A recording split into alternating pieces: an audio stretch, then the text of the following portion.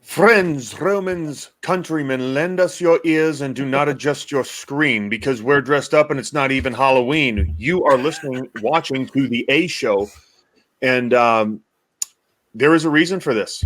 There's a reason for us being dressed.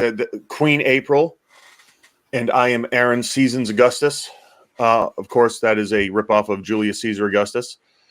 April, will you please tell our audience why we are dressed up like this? Yes, good day, plebeians. We did this for no apparent reason. We just felt like doing it. Well, it was because you went to the Ren Fair. I did, yes. I went to the Ren Fair.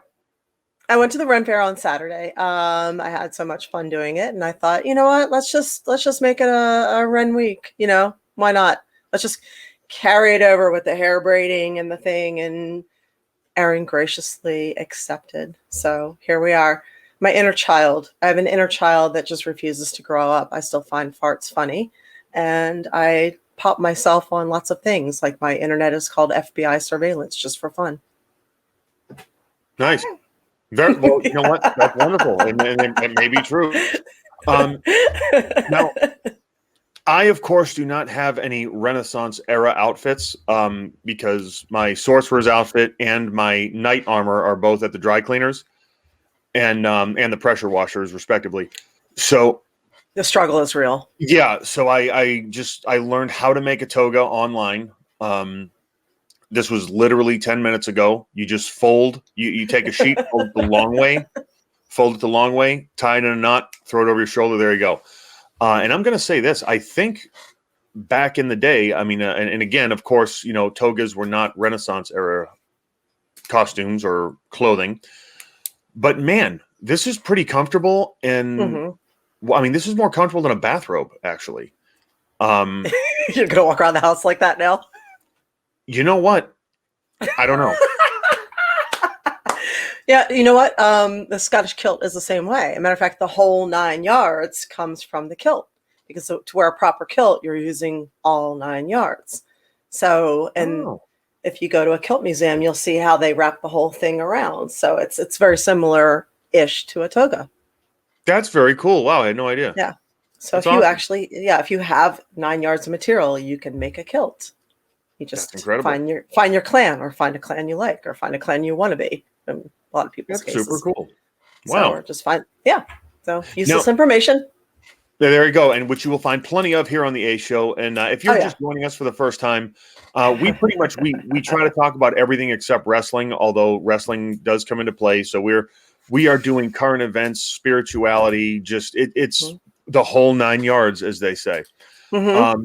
So, but let's get to the important stuff. April, you know, with things kind of starting to start up again slowly, where did you find that the Renaissance Fair was at? Did you notice anything different, like in the post-COVID Renaissance world? Which, when we were joking, I said they should have just gone with like the whole pandemic plague thing and like, oh, it's the Black Plague, and have that the theme of the Ren Fair.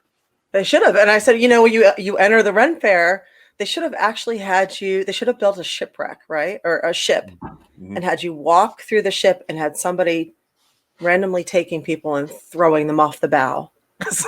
Yeah. Like, you're infected, you must go. And then the rest of the people could go that way. I don't know. It was just go with it. You know, you can't fight it, work with it. But this was the Bay Area Renaissance Fair. As a lot of people know, Florida has remained open pretty much all year.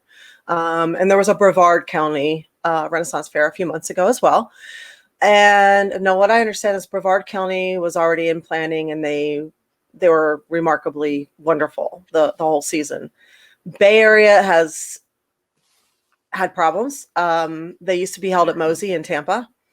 They relocated up to Pasco County to a place called, I love saying this word, Withlacoochee Forest, or something like that, Withlacoochee area.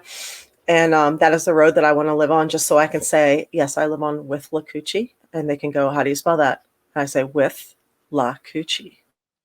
Who or what is Lacoochee? So, exactly. So that is where the Bay Area Ren Fair is, and there's a lot of controversy surrounding this one because they shifted dates. They offered their acts, all the music and the talent, a lot less money this time around. People balked. There's not as much going on, and they're scrambling to replace everybody now. And the other acts found other work. So the first weekend was both wonderful and not so great, but it looks like they're going to keep going and building it up as the weekends go on. So for me personally, it was nice to get out of the house. It was nice to dress up. Any excuse to dress up, and I'm in, obviously. And it was held in a really beautiful forest, which is, most of the time the Ren fairs in Florida are ending at this time because it is too freaking hot. But the forest was like halfway shaded, so that wasn't too bad. Cool. So, I'll go back at some point. So Well, yeah. I was not unfortunate, as we previously talked about with, Rennies and being open to things. Unfortunately, I was not invited to any orgies. Didn't happen. I was, I was putting myself out there a little bit, but no, nothing. We actually, for those of you that are joining us for the first time, a few weeks ago, we had a big discussion about the Ren Fair. And again, if this is your first time joining us, here is essentially what I was told. And actually, the first Ren Fair I've been to was the Bay Area Renaissance Fair. This is what Aaron chooses to believe. I've been to one out here in California. And there's there's a vibe going on there. There's like, everything is just a little bit, I don't know the word. Wow. For the first time, I'm actually stumped on a word. People are just a little friendly sometimes, shall we say. So when I was out here, I was discussing the Ren Fair with a friend of mine who knows several people that work at the Ren Fair. And he's like, no, after they kick everybody out, like at 6 o'clock or whatever the time is, when the cannon goes off. Yeah. Like they push people out of there. Like when it's time to leave the Ren Fair, like people are all friendly and you're drinking mead and doing all kinds of things. But then when it's time to go, like all the workers, shall we say, no, time to go. Thank you. We shall see ye next time. And they're all trying to push you out. Apparently,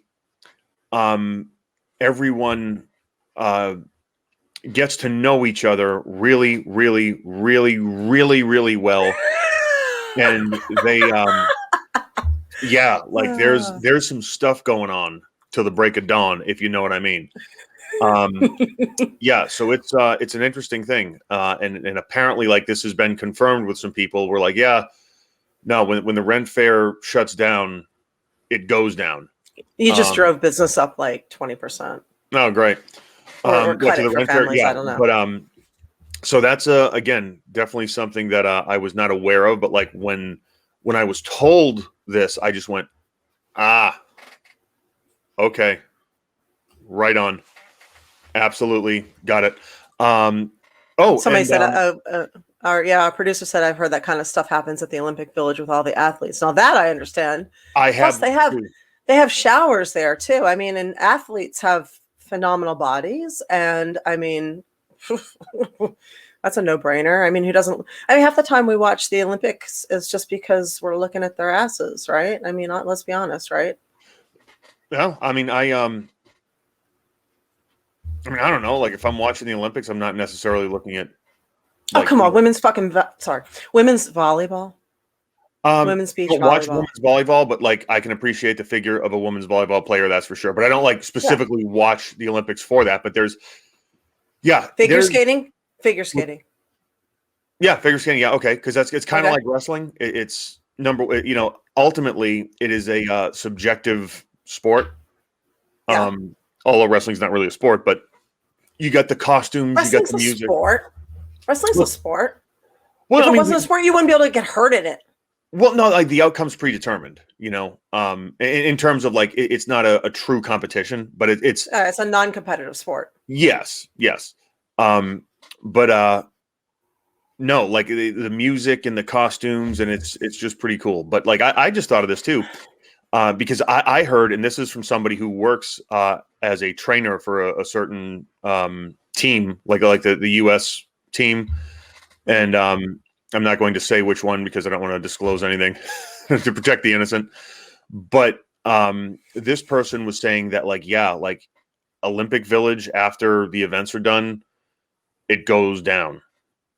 And can you imagine? Can you imagine if The endurance these athletes have? Yes, I can. Oh, the Sorry, endurance, but like if no, but I was saying that right. You can tell I'm a middle-aged woman right now. Sorry. No, no, no. That's okay. Oh, you're not middle aged. Stop it. Stop it. You don't look at age is in the mind, right? I mean, yeah, that's true. I'm a grown man in a toga, right? No, can you imagine if I don't want to say accidents happen, but if an accident happens and someone ends up with child, can you imagine the genetic potential? Right? Yeah, like actually, the Superman. athleticism. Like if you have a long distance runner that gets busy with a gymnast, like a gymnast, or a gymnast that gets down with a power lifter. Like, can you imagine? That would be a short, stocky kid. Oh my God! Like, could you, like, the genetic potential? And you talk about hitting the genetic lottery. Oh my God! I think Hitler tried this at one point. Yes, but he tried a lot of things, and we don't. Yeah, it didn't work well. No, it didn't. No, and he was an ass. Like, and that's an understatement. Well, when I was in Germany, there are a lot of beautiful people walking around there. Yeah, but so is Switzerland. Yeah, you know what I mean. There's Brazil. Yeah, Switzerland. I was amazed at Switzerland, and we also discuss skin cream, or not skin cream, but like skincare products on the show. Yes, we are both huge proponents of grape seed oil. Grape seed oil is an extremely cost-effective way to maintain a youthful appearance. I don't think neither one of us we're really not wrinkled. And for me, being as much of a caveman as I am, well, apparently we're not even middle-aged yet. So I mean, why should we be wrinkled? Exactly. But grapeseed oil is the serum of the fountain of youth. That's all I'm saying. Yes. It's in many, many skincare products and everything, and it's again organic. You get it at the grocery store. I highly recommend it. But where was I going with this? Wow, this is a. I don't know, but I have a bunch of topics to talk about today. Okay, yeah. So let's get into it. Do you want us? Okay. So, so I thought we would hit several things. We talked about burnout before, and my friend took a last minute break from work. Basically, it was Thursday, and she came down to I'm going to take next week off or I'm going to quit situation, which I know is going on with a lot of people right now. Like, it seems like people are just overworked and there's a lot of bullshit going on. There's a lot of micromanaging going on. She took the week off. And the following Thursday is when she finally felt like she was decompressing. And she was talking about that. She's like, it's weird that it has taken 5 days or whatever through the weekend. So it was Saturday, Sunday, Monday, Tuesday, Wednesday. Yeah, 5 days to finally feel like my vacation's kicking in now and I'm decompressing from the screens and the bullshit. And I thought about that, I'm like, why is that? Why are we like that? We need that downtime and we need to collectively learn to not take 5 days to decompress. We have to figure out a better way, I think, for self-preservation, for sanity.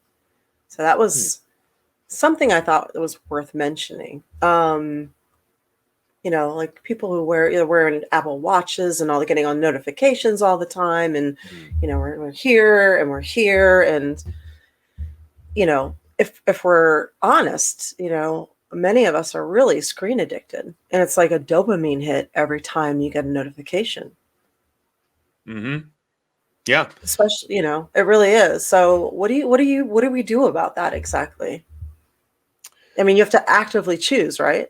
Yes. I am trying to work on this technique now where about an hour before bedtime, I am trying to consciously stay away from electronics, shut my phone down, Like I'll start reading.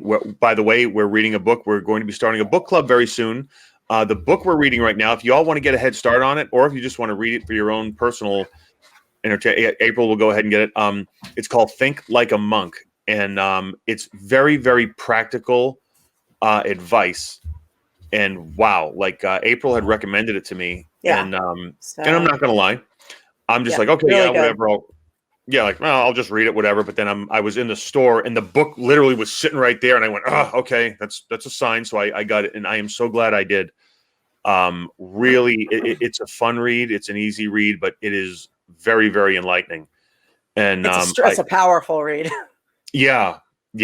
So that's a good one. So I try to do that, right? Like I'll read before bed, to just kind of like shut your brain down. But in terms of like vacation, that's I think an even bigger issue, to where my theory on it is this, right? We as a species, if you look at the progression of evolution, how any species, right, will evolve and adapt based on its environment or their environment, whatever the word is there. So as human beings, from we're like, okay, 1,000 years removed, maybe from like, or maybe 2,000 from this stuff, like from wearing sheep. Or like depends. I mean, some people are 2 weeks, Yeah. But or even like let's fast forward to your era of literally, just a few hundred years ago, where we were putting on giant sheets of metal and trying to stab each other with swords, to now we're launching these remote controlled robots and dropping bombs on people, right? So like, just look at that, how fast we have evolved. Because a couple hundred years in the grand scheme of things is not that much. I mean, if you look at the, just again, from electricity to cars to airplanes, I mean, the last 100 years. That's because look at the last 20 years, just 20 years. Yeah. Yeah. And it's funny. It's like a snowball effect, because technology breeds more technology. But, I mean, you know what? Let's really back up 150 years ago. We'll say that, to where there was none of this. And now, like, look at all this. Like, this is just completely insane how fast we have evolved. And I don't think that our brains have biologically caught up with just how fast our society is and how disposable our society is, right? Like, where we want any information, right? Like, let's say 150 years ago, you had to probably go to someone who was more educated, a sage, a seer. Yes, a sage, a seer, like whatever. Yes, like an elder. Yeah, see the elders. Yeah. If you wanted a bit of information, then came about this thing called, oh, wait a minute, a dictionary. Then came the printing press, where everyone. No, we had encyclopedias too. Oh yes, yes. Encyclopedia Britannica, you could buy the whole set. Yeah, but and I remember that. But no, then like, okay, so the printing press came about. Then the printing press gave birth to, like, oh wait, encyclopedias, and then now everyone had access to information. Then the internet came around. Now, I mean, it went from like. To be fair, the printing press has been around since 1700s or before. But go ahead. Yes, I'm talking medieval. Like we started from medieval times, or yes. So now we have like anything we want. I mean, now of course the truth, and not everything on the internet's true, by the way, but everything we say here is just to yes, it is. You all know, but we have the access to it, and like.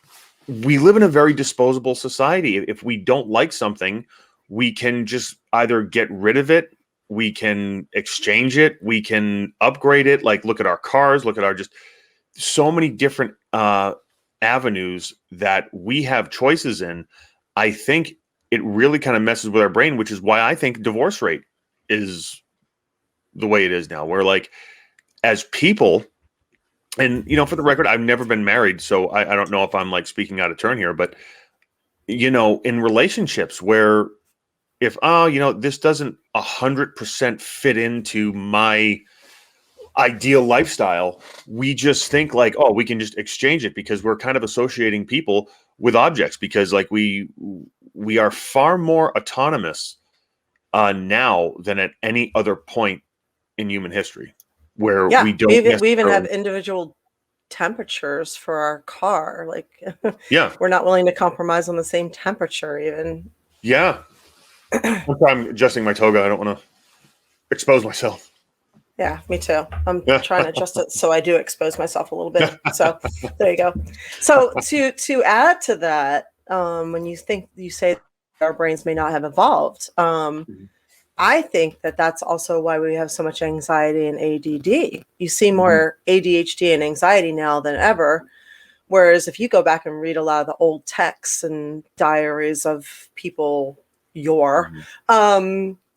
they didn't talk about this very much. You know, people were able to sit still and wait for a story to unfold and be calm and be peaceful and have peace of mind and these things. And now, I mean, almost everyone I know, I mean, it's not just 2020 either. This has been going on for a while. Almost everybody I know has anxiety, ADD, or both. And I wonder if it's because you're inundated from every angle, like information, screens. Like, you can't just, put up a thing and just be like, I need to be in a safe place for a little bit where it's quiet and peaceful and there's a fucking tree. I need a tree. Yeah. You know what I mean? I need a tree, and I need to, listen to birds. Yeah. But no, because like there's that. Mhm. That was one thing that I think that it's maybe our brains haven't evolved so much, or maybe we have evolved to where we have a fight or flight response to everything going on, and that's not necessarily a good thing. And the second thing you say about disposable relationships, I personally think for Americans, we have a tendency to value the wedding over the marriage. We put a lot of money into the showmanship of a wedding, and I get it; it's a party and all that, but it seems like it's like your own personal Ren fair. Yeah, it's like yeah. And it's funny when I was looking for I know, right? So, Oh my do you want God! to get married? We can have a Ren fair. Married. I don't ever see myself getting married. If I do, it's going to be a Ren fair wedding. Yeah, I think so. If we don't end up married by a certain age, we should get married. Okay, and just and we'll do it just for the wedding. Just for the Ren fair wedding. So we're talking about not doing this. Like, we'll have a joust, right? There'll be turkey legs. Like, never mind. Like what do you want to eat? No, it'll just be like bread bowls with soup and stew and turkey legs and mead. And we'll have the Scottish Highland Games. Yes.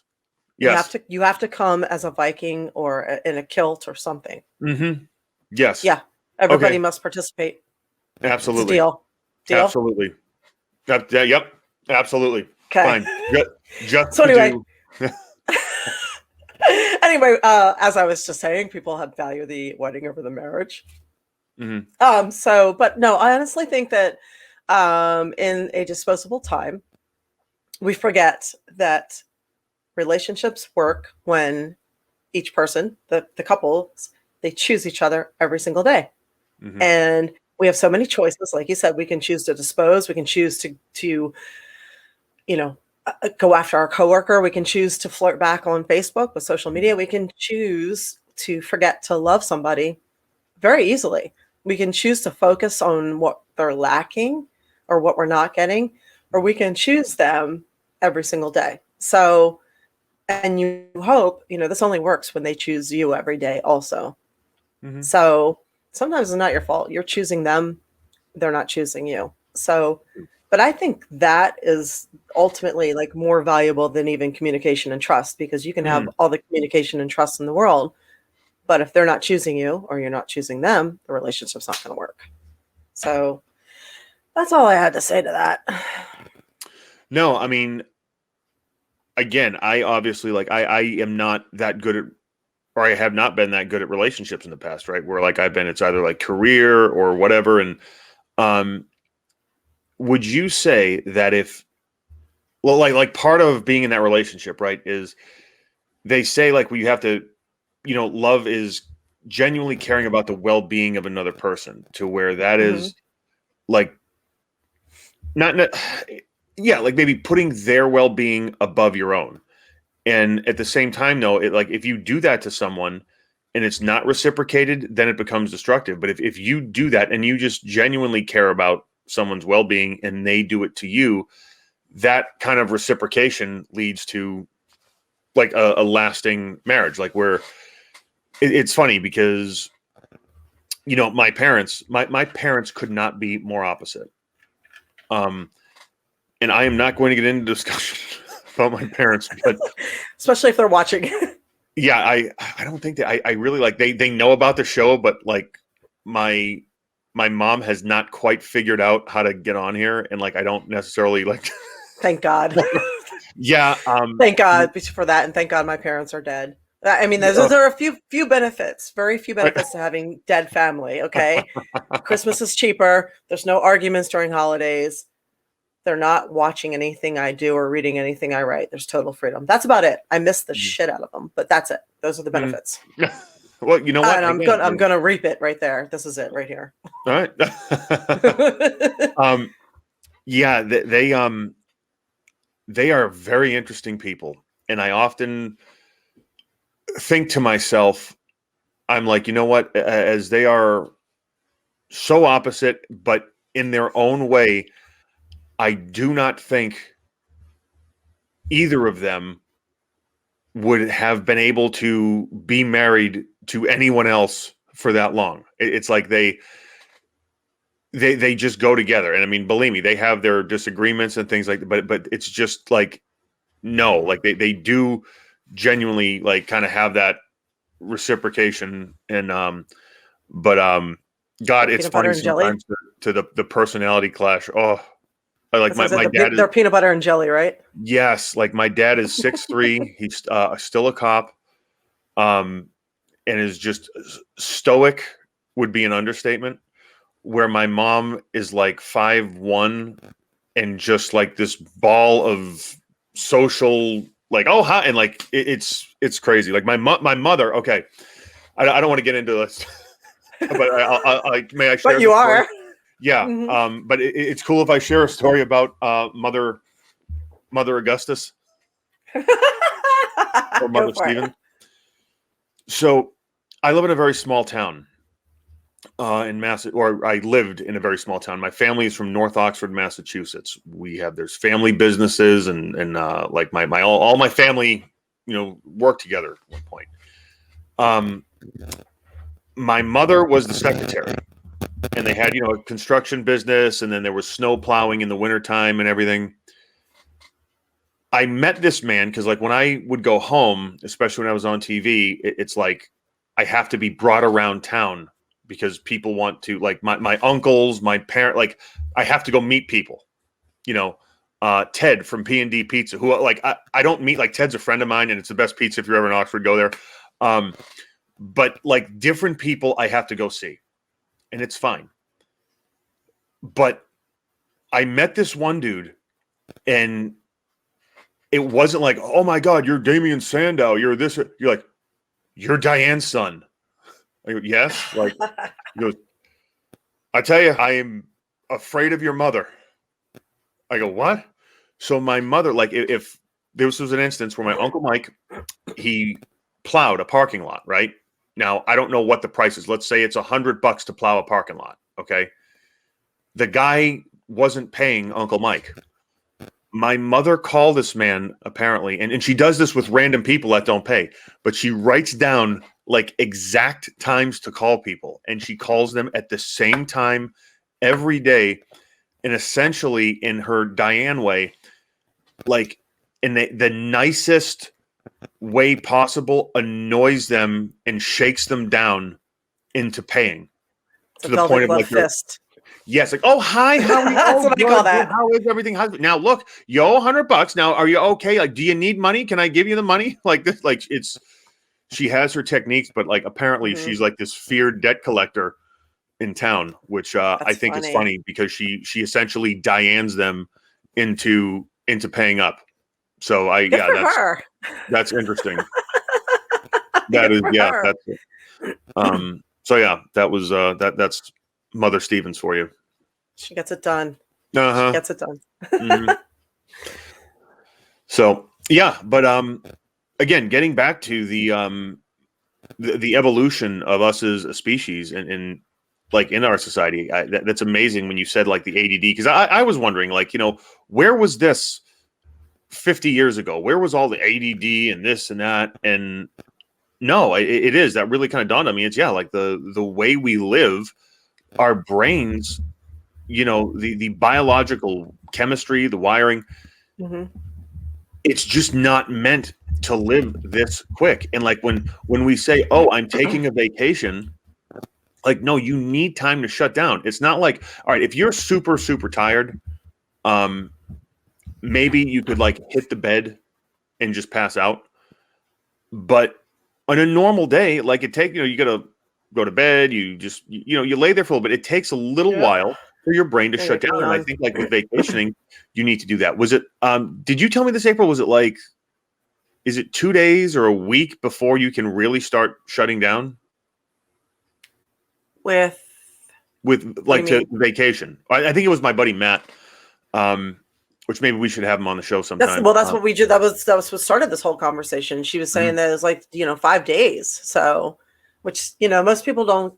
In this country, they get 2 weeks vacation for the year, so it's not really enough. So, yeah. Which, I mean, we've talked about before. 2 weeks vacation is kind of a joke, considering we have 52 weeks a year. Yeah. You're still working 50 weeks, and you're still working at least usually 40 hours a week. I know a lot of people that work a lot more than that.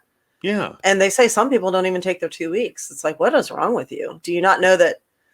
What is wrong with us? We don't acknowledge the fact that time off actually makes us more productive, and we don't understand that 40 hours a week is just a waste of time. Like, you could condense that into fewer hours. Like, give people a 6-hour workday. Give them a 6-hour workday. They can do probably just as much work or more in 6 hours than they can in 8 hours. Or give them 3-day weekends, or a day off in the middle of the week. Let them work Monday, Tuesday, Thursday, Friday. Give them Wednesday off. They don't need all this time to get stuff done. Most people don't.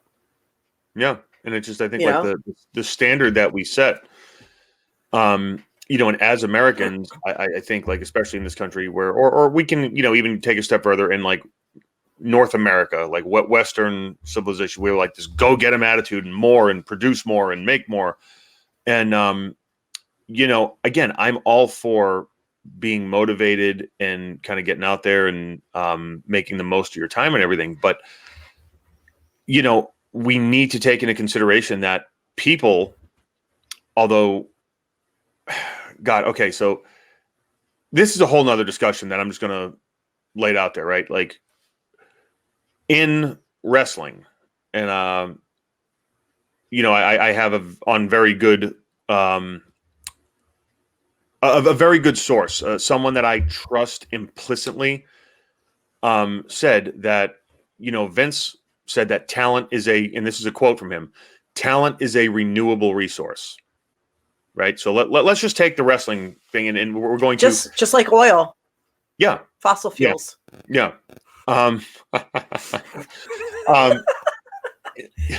So like, all right. So that's a whole nother show.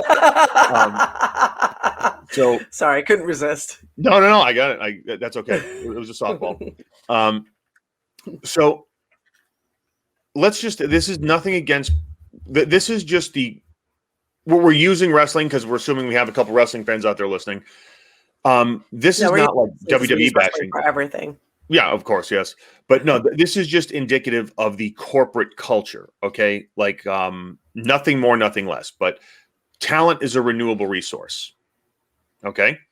What about like the Ford Motor Company or anything else, any other corporation where their goal is to make money? Their goal is to get their product out there. People are the means in which their products are assembled. I mean, you could argue like with robots and stuff like that, but you still need people to maintenance on the robots and things like that. You still need that human element. At the end of the day, you want to pay people the least amount of money and get the most amount of work out of them. That is how, your profit margin is increased. But again, at what point does humanity need to take into consideration? Because the capitalist system, right? Like the free market system, no other economic structure, economic, whatever you call it, has been responsible in elevating more people out of poverty than that. That is a fact. Again, I'm gonna argue that. I'm gonna say socialist capitalism, like Canada or England. Well, yeah, I'm not. France. I'm gonna argue that and say that those systems are a little bit more, as far as lifting people. I think that they're more profound than ours. But go ahead. No, and I'm not talking about like America. I'm talking about like the economic philosophy, the economic structure of the free trade capitalist system, right? Okay. Which we have, which Canada has. What I think, and I'm agreeing with you in the sense of in America, right? We let the profit margins really kind of steer the ship, where I do think like in Canada, now Canada's taxes are higher, but they do have healthcare. You're getting something for it. Yeah, but like then again, the socialized healthcare, like I was having dinner with a gentleman who ultimately he was a pilot for American Airlines, and I think he flew a plane with Jimmy Jam Garvin, which was kind of cool. So he was saying how like he knew somebody in Canada that needed a surgery, and they had him like waiting a year. But then he's, I have private insurance, and we'll get you in next week. So there's good and bad, and there is a balance. And I do think, and again, I'm not an economist or anything, but right now in America, we are a little bit out of balance in terms of we need kind of more of a human element. I am not a socialist by any means. And in the sense of, I don't want socialism to be, our model, right? However, I do think we have a responsibility to take care of our citizens, to take care of the underprivileged. Everyone is entitled to health care. And whatever that balance is, I think that's up to people way smarter than me. That's up to the lawmakers and again, people way above my intelligence level to do. But from a philosophical standpoint, no, we obviously are out of balance. There's economic inequality in this country that is, in my opinion, shameful.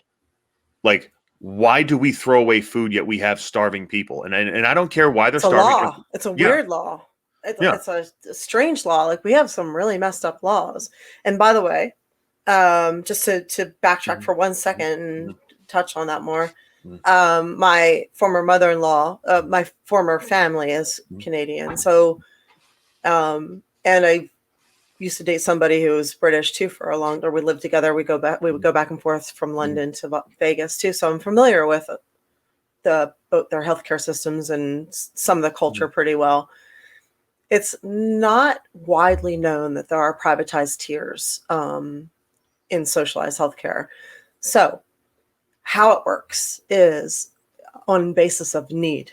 So somebody might need surgery, but their need is here. Whereas somebody else needs surgery because they have thyroid cancer. So even though this person's been waiting for 2 months, this person just found out 2 days ago, they're getting their surgery first because they have cancer. So, and that's exactly what happened to my mother-in-law. She had thyroid cancer. So she was in within a month for her surgery to have it all removed. So she jumped the queue. So, and no cost, no nothing. They took it out, the whole thing. Now, is it a perfect system? Of course not. If you're living with something that is shitty, waiting a year sucks. It does. Now, I myself had a breast implant rupture. the very end of August, I had to wait until almost October to have it fixed. In that span of time, the muscle had closed around the pocket. The muscle had closed around the bag, and it required even more surgery. And nothing was covered. I had to pay for all of it out of pocket. And at the end of the day, it was almost $20,000 because my insurance won't cover anything that's cosmetic, and that was considered cosmetic. So they won't even, nothing. So, had that happened in Canada or England, I think it would be a different situation for me. So I still had to wait, and I still had to pay for it. So now if you want, you can elect to go on a privatized tier in Canada or England. A lot of people don't want to because they pay the higher taxes, and they feel obviously that they should get something back for that. So I know I have used their healthcare systems in those countries. I'm seen immediately, but I'm a foreigner, so I pay cash. It's not that much. So I'll go over there and get an MRI. I'll make the appointment on Thursday. I'm in on Monday. Wow. So I can usually schedule quicker there than I can here sometimes. Well, that to me sounds like they're finding a balance. And April, it's really interesting because we are conditioned, in my opinion. And, for those of you joining us, we do not subscribe to left or right ideology. We are governed by the moderate voice that nobody hears. Yes, exactly. Like we try to govern ourselves by common sense, right? And look, we're all going to have our opinions. We respect people's opinions here, and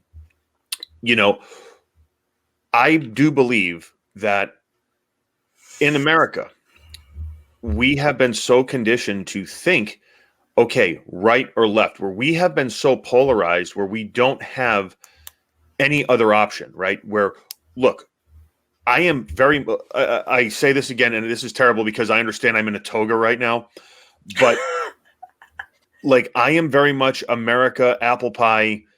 I believe people have a right to legally, if they are within reason, to own guns. I also believe we need to take care of our planet and we need green energy. But, that being said, go America. However, like when people hear socialism, they have been conditioned to think like the commies are coming. Oh my God, commies! Like we're going to be Russian. Know the difference between socialism and communism or fascism. They don't even know. No, like you said, we have information at the touch of a button, and people don't even know. Yeah, and like we have socialized programs in this country already, do we not? Yeah, it's called the fire department, the U.S. Post Office, Medicaid, Medicare. Let's see, lots of stuff you use. It was called the check that you got. That I'm sure all the people who hate socialism returned it. What was that? The stimulus check. I'm sure nobody cashed that who hates socialism, right? We have socialism people, libraries. Yeah. Libraries. So it's not all bad. It's like, look, I think everything within reason. I am very much for capitalism and, life, liberty, the pursuit of happiness. Like if you work hard, everyone needs the opportunity to get ahead in life, to better themselves, to make a better life for themselves and their children. And again, capitalism makes that happen. But, communism, that was one specific, really. Communism in theory is great. Everything in theory is great. Exactly. Everything in theory is great.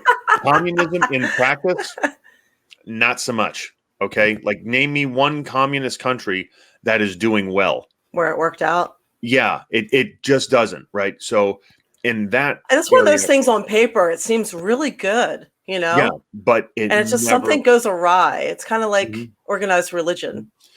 But yeah, I mean, there you go. There you go. Sorry, that's just me. No, and that's okay.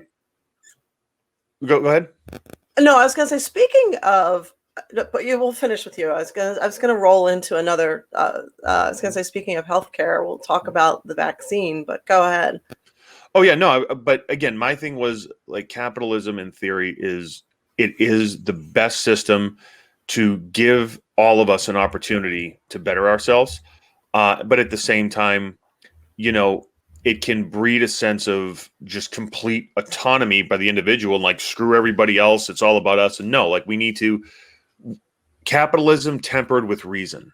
Right. Very briefly, then we'll get into this, but like where, Biden, and it's funny because everyone from the right, everything Biden does is awful. Just like everyone from the left was everything Trump did was evil.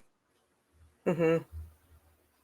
And he was the no middle ground. And Biden, I believe it was this week, signed an order where he was like, for government contracts, they're going to buy strictly from American companies. Mm-hmm.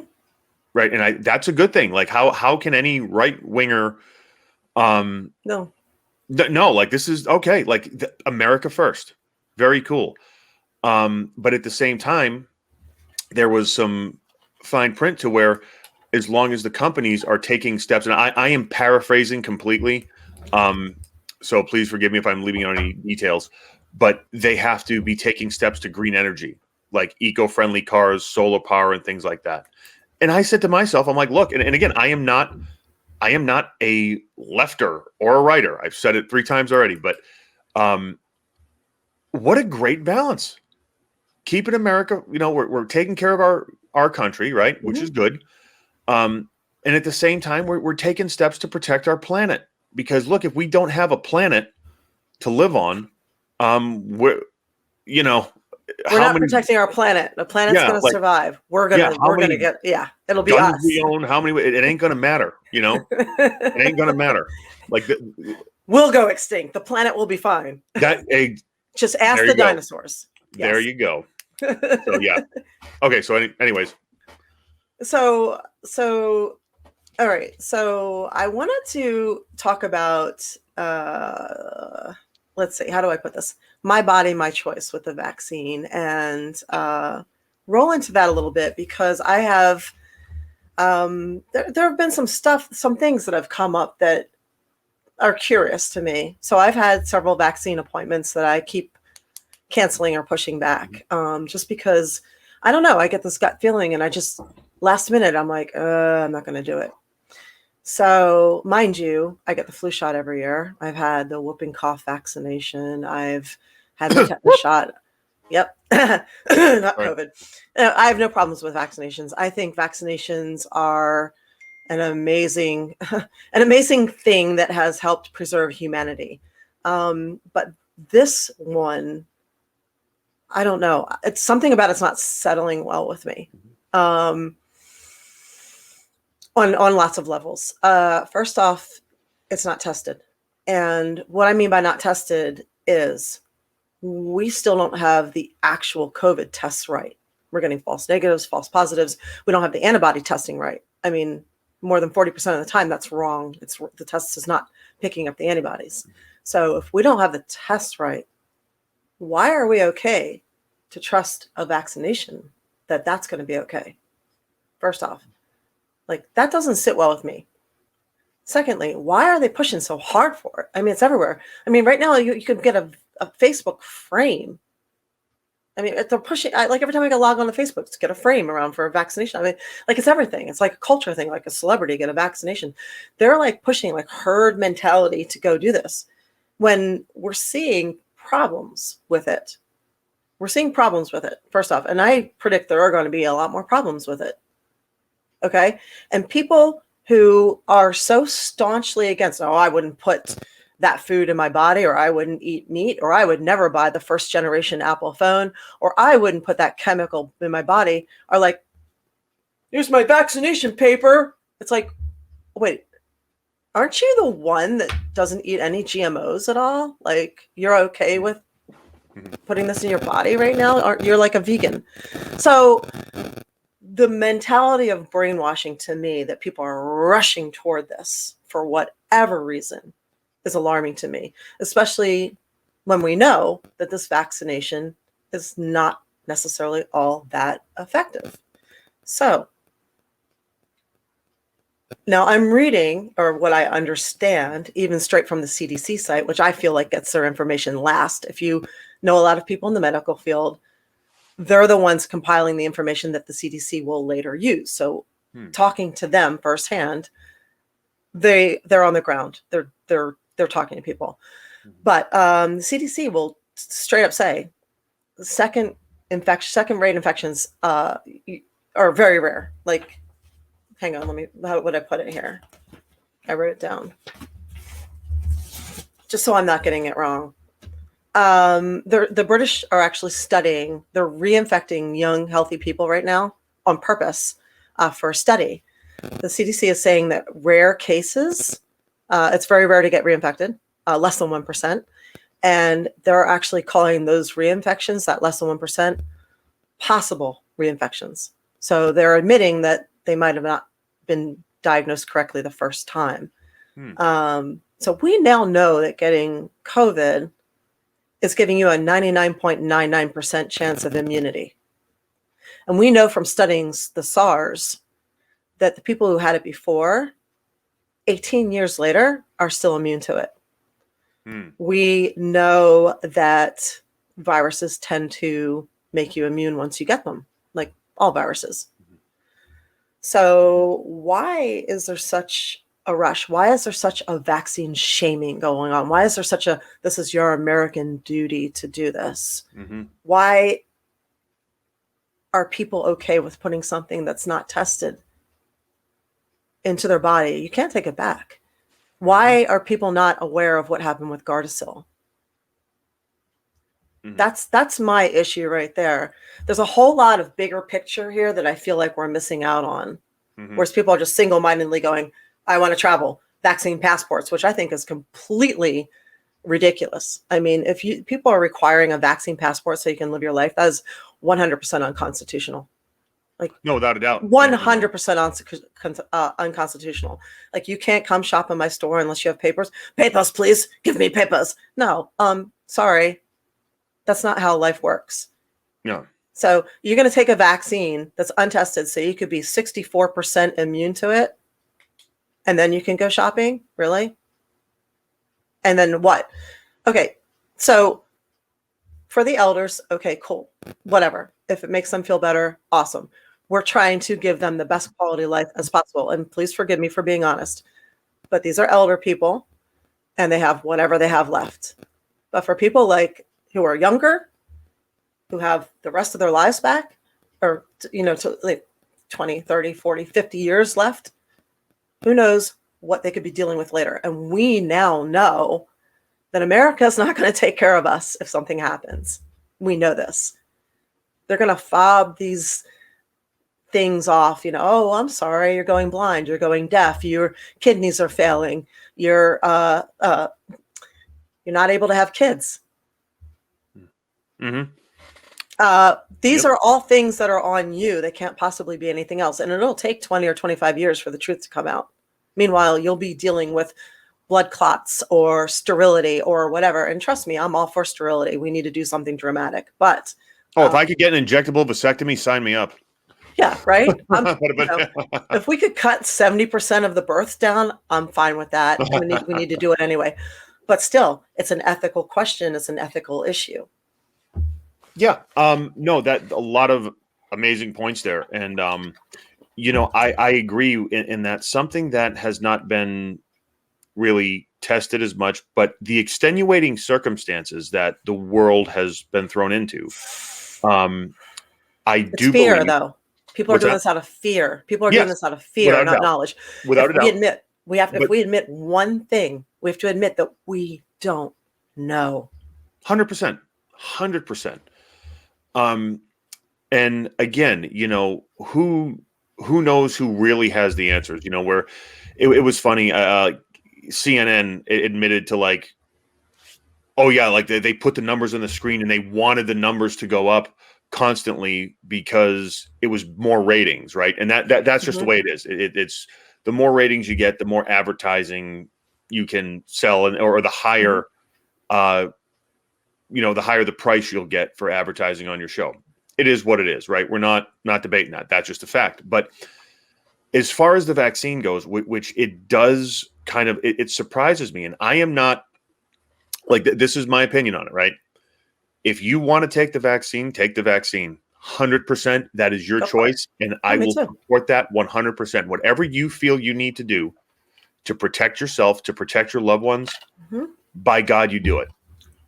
And if, again, sign up, take the vaccine, get the cart, awesome.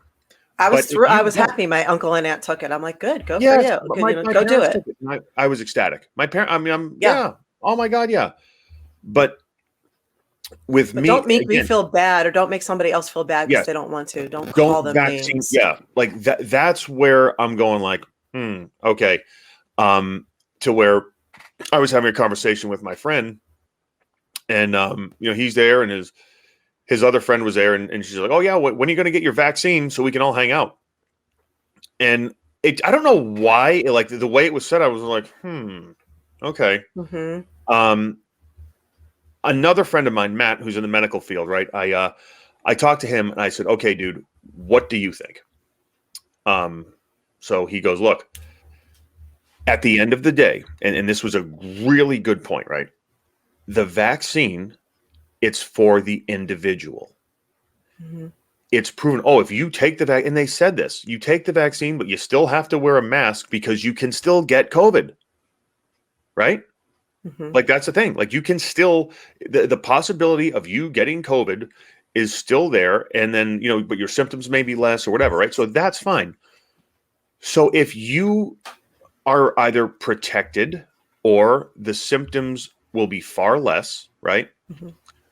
Why should it matter if I don't have the vaccine? Because if Huh. you can get COVID and give it to me, that's a risk I am willing to take. But if you're vaccinated, You're fine.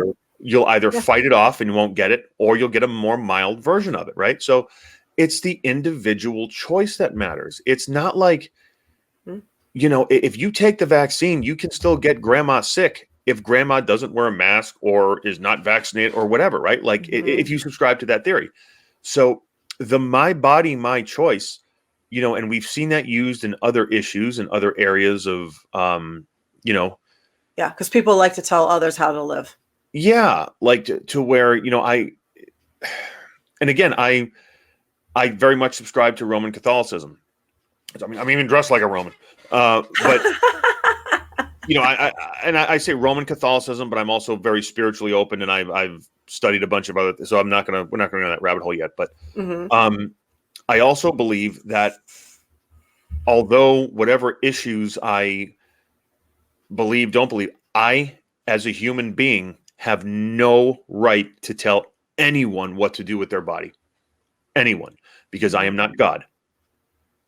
And we don't live their lives. We don't have to make Yes. their choices. So even if it wasn't be the choice for us, it's not up to us because we're not in their shoes. They have to do ultimately what's best for them.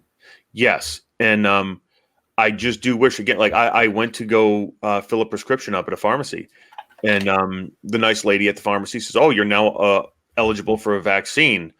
Would you like me to sign you up right now?" And I said, "No, you know what? I'm going to wait." And like she looked at me like I had three heads. Mm-hmm. I'm like, "Whoa, just you know what? Please just check me out and let's make believe this never happened."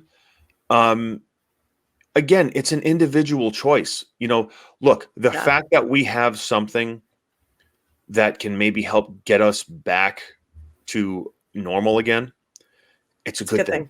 It's a good thing. People that want to be protected can be protected. But especially, within this country and how everything has been, the majority, in my opinion, of Americans, we don't trust the government. No, we don't. And we No, don't and that's have the sad. health care that backs us up. So Yeah. somebody English was asking, or Scottish was asking me, he's like, what the fuck is wrong with Americans Mhm. that they're not getting vaccinated as quickly as they should be? And I said, well, you have to know an American mentality. We have been lied to. We don't trust our leadership. It doesn't matter what side of the fence they're on. They have proven again and again and again that some situations they're just not leaders, and they're not trustworthy, and we don't have much for healthcare. And if something goes wrong, they're not going to take care of us.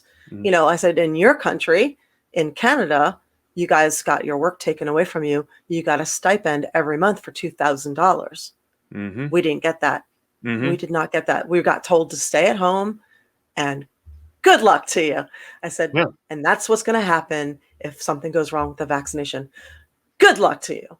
Yeah. So that's why some of us are not running out to do it. Did you see where Fauci got, I mean, I don't want to say grilled, but was it senator or congressman, forgive me, from Ohio, Jordan? Last name was Jordan from Ohio. I didn't see it, no. Congressman Jordan from Ohio. I believe he was a congressman. Mm-hmm. And he just said, Dr. Fauci, you are the highest paid official in the government right now, right? Mm-hmm. Please just give us a definitive answer as to when. And look, again, I'm being moderate, when Americans will get their liberty back, right? Where, okay, COVID exists. COVID is a thing. And I do believe that sometimes, again, we are so autonomous in America where we want liberty. I had it. It's horrible. I mean, it's horrible. Like, I've been so sick before that I wanted to die. I've never been so sick that I actually thought I was going to die. And I had it before anybody even knew it was a thing. I got it early, like December 2019. And it was bad. So yes, it is a thing. Go. And, look, we do need to take steps. Like, look, let's lock down and find out what this thing is. Absolutely. Like, I am for that. I am for, like, all of us having to be in this together and think of other people. You know what I mean? Again, with the mask thing, look, I don't care, but I will wear a mask if it makes someone feel better. And if it can possibly save a life, if I don't know, because I'm not a scientist, right? If there is a possibility that I can save someone's life and not get grandma sick, I'm going to wear a mask. I will. Absolutely. But, with what we are becoming now, I just think that we need to kind of not only think of other people, but like really kind of like on the flip side, let's have defined limits, right? So again, going back to, Congressman Jordan and Dr. Fauci, when will Americans get like their liberties back? And that was very strong language. So I'm like, when will we be able to return to normal? Like, at what level? Like, what is the infection rate level? Like, if it's down to, there's 100,000 cases in America or 50,000 cases, or when X amount of people are vaccinated, like, can you give us, like, what is your standard for lowering, and relaxing these restrictions? Couldn't answer them. That to me is alarming. Because don't you think, like, the highest paid official in the government or someone who's the expert in this? Yeah, is thinking like, hey, when this happens, then we can do, and again, it's going to be gradual, like it is now. On the flip side, though, to be honest, I'd rather them say, I don't know, than kind of trumpet and say, well, it's going to be this, and be wrong. So, don't get me wrong, I'm not I mean, there were some things that Trump did that he was accurate and he was right, but he got roasted just because it was coming from him. But one of the things I did not like that he did was he would give an answer to anything instead of just saying, I don't know yet. We don't know. We're working on that. As soon as we find out, we'll let you know. Yes. So I understand where you're coming from, but I'd rather not get bad information than no information. Does that? Because sometimes people think that saying I don't know is weakness. I think it's strength to say we're not sure yet, but you're right. You're right. Yeah, and it's like Fauci was just like arguing, saying, "Oh, you're attacking me. You're attacking me," and he's like, "No, I'm people elect me. Like the people that elected me want to know the answers to these questions, and I'm just asking you." And like he was getting defensive. So that's it's such a multi-layered topic, right? Well, we're a year into 2 weeks of quarantine. That's what we were told, 2 weeks. Yeah. And then another 2 weeks, that. Thankfully I live in Florida. We didn't close. And that if you now look at Florida versus some of the most strict states, I think, you know what I mean? I mean, we got hit pretty hard. Really? When ain't all that much. No, We got hit hard when all the spring breakers, people were fleeing their states to come to ours because we were open so they could have a life, because everybody knows somebody who lives here. So they ruined, we were holding at 12 cases, and then everybody was coming here. But once we got past that, we still stayed open, nothing closed. And look at our, where we are now. Obviously we're in the middle of spring break again, but if you look at the bigger timeline compared to like some of the most strict states like yours, California, look at the data. Yeah. But anyway, so we're at an hour now, so we don't want to. Yes. Well, Colin, do you want to weigh in on anything? Does anyone have any comments, issues, concerns? Let's just let's open it up and see what's going on. Yeah, we did have some pretty good stuff in the chat. Now, guys, what? How come that didn't come through?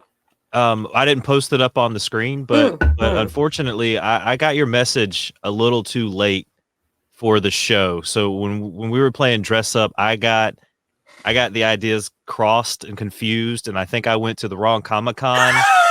I Lucha Chewbacca. I'm sorry, guys. I know you were looking for medieval. Awesome. No, we were looking for anything. Lucha Chewbacca. Look at that. Hey, I like that. Chewbacca Lucha. Bringing it. But I do have a few things from the Patreon that we can read. And so we have from Ava Dupois, and I think she comments just because she enjoys the way I say her name. It is very obvious so beautifully how corporate America can really take the personal touch out of any workplace. Sad that money is more important than your people. You two keep those heads held high. You're worthy of better treatment. Thank you. Thank you. Yes, thank you very much. Yeah, awesome. That's cool. That's very cool. Yeah, Ava's awesome. She always has really insightful stuff to say too. Yes. So. Yeah, there was a lot of stuff in the chat too. The people were really enjoying the vaccine chat. Like we had this comment from Jay Reezy Min about the Pfizer and Moderna vaccines, and then pulling the Johnson and Johnson and AstraZeneca are real vaccines. Okay, so AstraZeneca, I understand, was pulled out of Europe, right? Because they were causing problems. That was the first thing pulled. I also think it's interesting that places like Europe with socialized medicine, where they have a vested interest in their population not getting sick because it costs them money, whereas we have a vested interest in our population getting sick because we have a for-profit medical system. They were real quick to pull the vaccinations the minute somebody had reactions, whereas we kind of let it go. Has anybody noticed that? Yeah. Like we kind of did the I don't see it until we couldn't anymore. And personally, now I could be wrong. I could always be wrong on everything. Personally, I feel that they yanked Johnson & Johnson so fast because the women, they're all women who were affected, and they're all women on birth control pills. So it might be only a few people affected, but that tells me they're expecting far more to show up. That's why they stopped it, I think. Nah, again, I could be wrong. But if you see patterns here, I would not be surprised if we're going to see a lot more. Yeah, and that's the thing. I think it's looking for patterns, right? Because, look, there's a ton of people getting vaccinated. Why would they yank it on just 6 people? They're expecting more. Yeah, absolutely. 100%. But, like, with everyone being vaccinated, like, things happen, too. Like, let's not completely, and again, I'm not an anti-vaxxer, but so people, like older people, especially, like, right, and we're all going to get there someday, hopefully.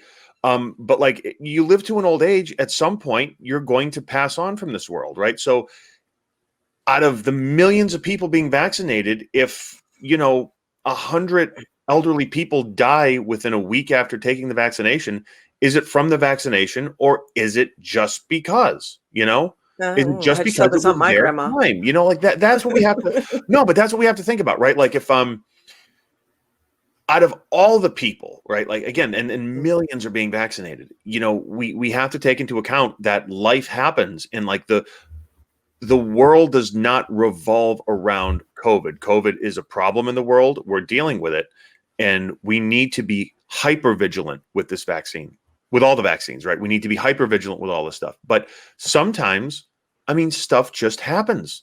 Like sometimes people just die. People get sick. You know, sometimes I mean, like just the way you said that. Sometimes people just die. No, but like blood clots are a thing. People get blood clots. Like that. They are. There was a whole Chris Candido, dude. Yes. Oh my God. Yes. Like, yeah. Think about it. Yeah. You know, it's just something that we can, again, you know, we can look at, we can see, and hopefully, you know, everything is it gets okay and is okay. So I'm an optimist. What else you got, Colin? And hi, Eva. It looks like most people in the chat also aren't going to be taking the vaccine. We've got a lot of people that have said that why that they don't plan on taking it. I think it mostly due to the trust issues. You know, like what you guys talked about on the show is it hasn't been tested. You know, like with the Johnson & Johnson, just 6 people, but how many more out there could possibly get the blood clots and you know, it's jokingly said, but how many people, you know, when's that person going to walk out with a third arm or, you know, another head sprout? You know, we don't know when that's going to happen, jokingly, but you know, another there's a lot of boob. those. Yeah, there's a lot of the third boob from Total Recall. You get one of those. I'll sign up for that. I'll do so that. you know, and I think the like Aaron said, the older people should be the ones that are getting it first, and if the younger people can handle it, because they're the lab rats. Let me wait. Let me wait a few years, like Aaron, and see kind of how it pans out before we decide to get it. And I think that's how a lot of people feel. I think a majority of people feel that way about it. Yeah, my body, my choice. And again, and they said, like Fauci said, like the vaccine does not prevent you from getting COVID. It'll help you lessen the symptoms. You can still be a carrier and blah, blah, blah. But it will protect you from the symptoms of it, and it'll also help you fight it. So look, that's great. But once we vaccinate everyone that wants to get vaccinated, like let my body, my choice. Let it. Let's. That's the freedom. You know, that, in my opinion, is the freedom. I thought we were going to get a lot of heat for bringing this up. I was like, oh, we're going to touch on something that people are going to call us conspiracy theorists and nutbags. And you know what? That's another thing that drives me nuts. Okay. Conspiracy theorist, this term has been hijacked by wackos. Okay.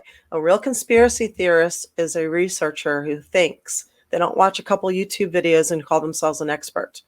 You're like, a conspiracy theorist is, I mean, technically journalists and cops are conspiracy theorists because they have to find the truth in things. So a conspiracy theorist, a real one, is somebody who is basically following the money to find the truth.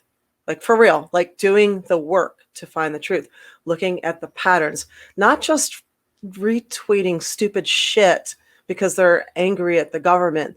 They're not just sharing memes and getting their information, their news from memes. They're not just like putting stuff on Facebook that they haven't actually looked at. They're not researching things that aren't .org.edu, like going deep. Okay. Those people are looking for the whatever validation for their feelings. I don't know. They're damaging.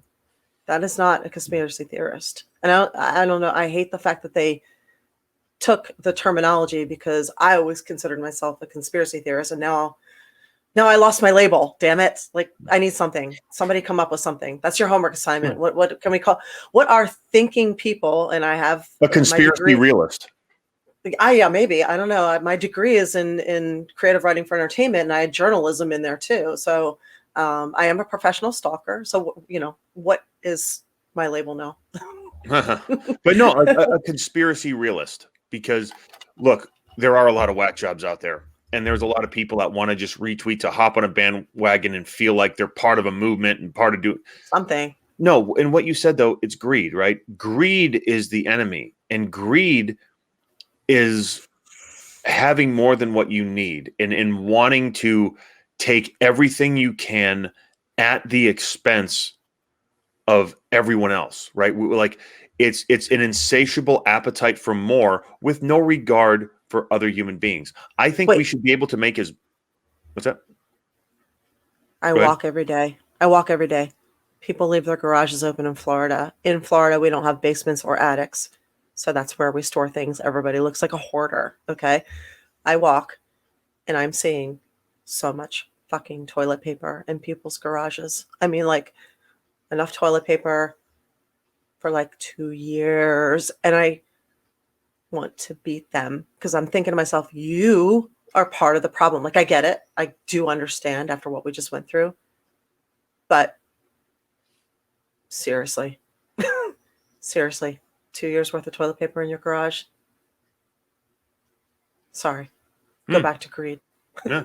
Go back to greed. And this is not one person. This is lots of people. Yeah, it's that, again, that mentality. And I think the toilet paper is more out of fear. And when I'm talking greed at very high levels, right? Like who stands to benefit financially from the vaccine? Who stands to gain, right, at the expense of whoever? So when you follow that, when you follow the money and you understand who's benefiting from what, that is not, in my opinion, a conspiracy theorist. That's a conspiracy realist, because you're like actually like doing your research and you're following the trail. It's not like, oh, this is all a Masonic conspiracy to control the population, which like, no, I mean, and I've been on other podcasts and stuff talking about this. We're like, let's just take that, for example. We're like, no, the Freemasons are not trying to take over the world at all. It's not happening. I'm sorry. I'm very, very sorry. But no, Freemasons are a fraternal organization dedicated to charity. That's all. Sorry. Like, that's the way it is. And if you have an issue, guess what? To quote Balls Mahoney, he was talking about something else, but no. I am a Freemason. I kind of am one. I have the card and everything. So like, that's the way it is. So no one can tell me, oh, you're trying to take over the world and there's high levels of... Look, I'm a 32nd degree Mason. I had to go to Washington, D.C. for this. Okay. And I saw no evidence at all of like anything else but opportunities for me to study things and make myself a better person, the importance of charity. So like, yeah, I'm sorry, guys. Like, that's just the way it is. Get over it.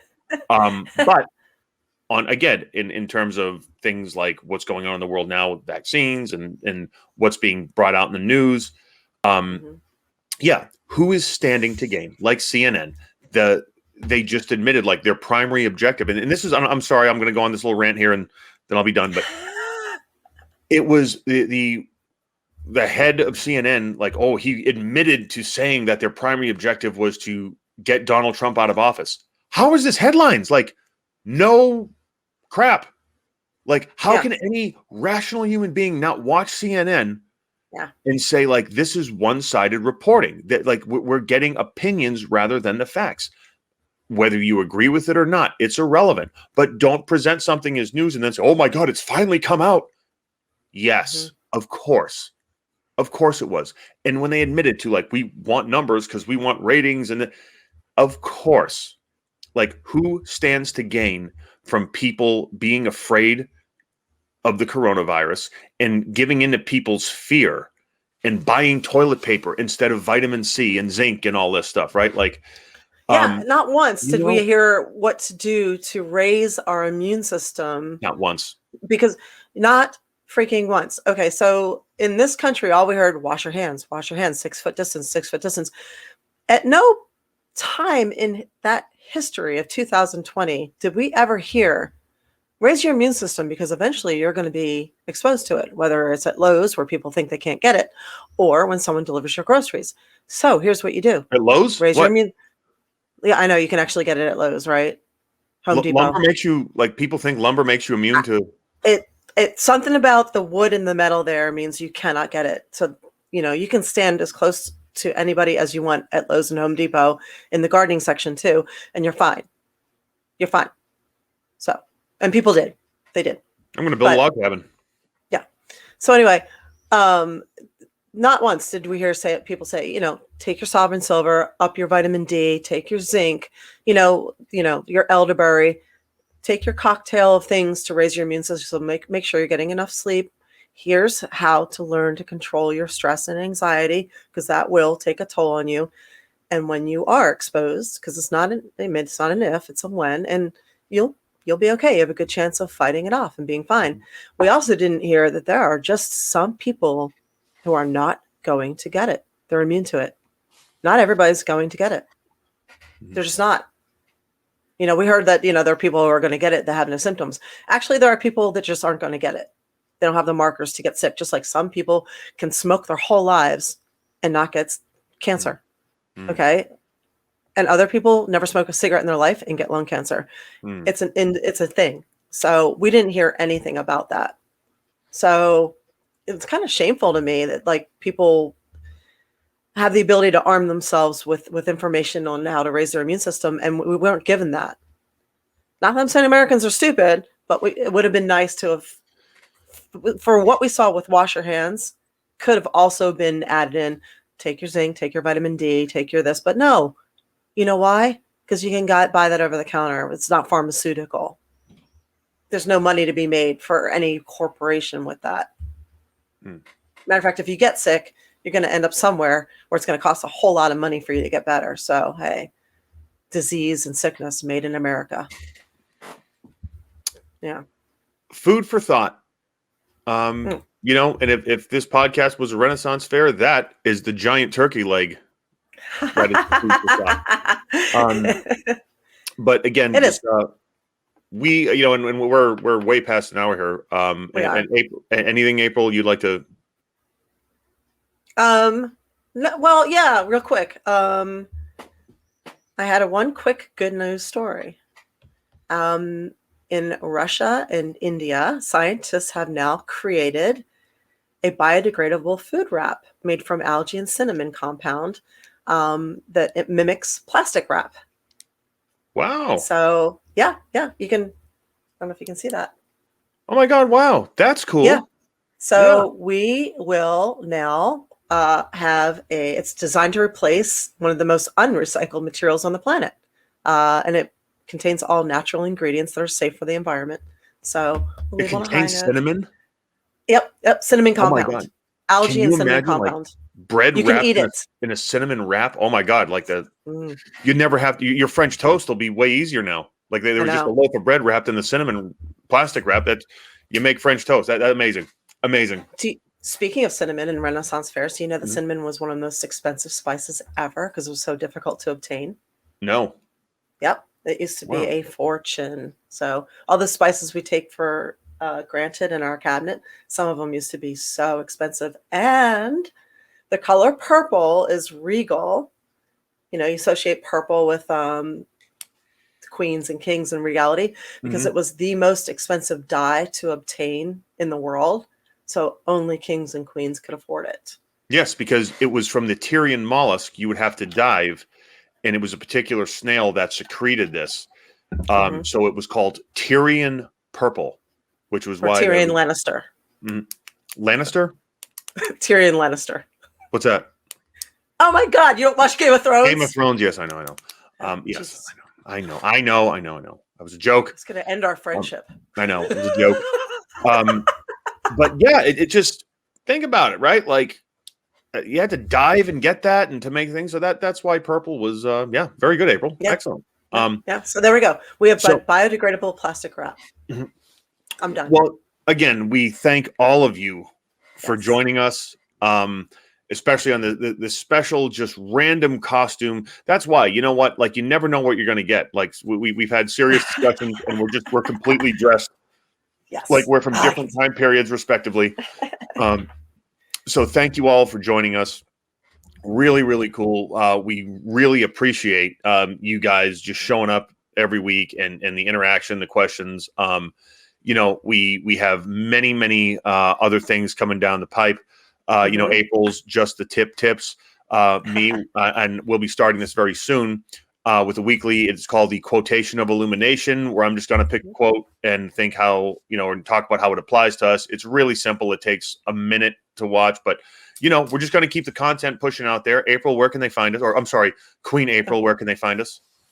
Thank you. The plebeians can find us on patreon.com, the A Show. So if you are listening somewhere else, you can actually watch us and get access to our extras. You can also, I think, maybe find us on Podbean, although I understand there's some censorship issues going on there that need to be ironed out. So maybe there, maybe not, but you can definitely find us on Patreon. Obviously, you're finding us on Twitch right now, twitch.tv/The A Show. We're also on Twitter. It's _The A Show. And we have a couple more patrons this week, which we really appreciate. I know growing a podcast in a sea of podcasts out there, you have a lot of choices to listen. You have a lot of choices to subscribe. And it's slow going for anyone. And we really appreciate you guys supporting us. It means a lot. So this is a really fun venture for us. And we are grateful to those of you who do support us. So thank you. If you like the show, tell a friend. If you don't, tell an enemy. Thank you all for joining us. Yep.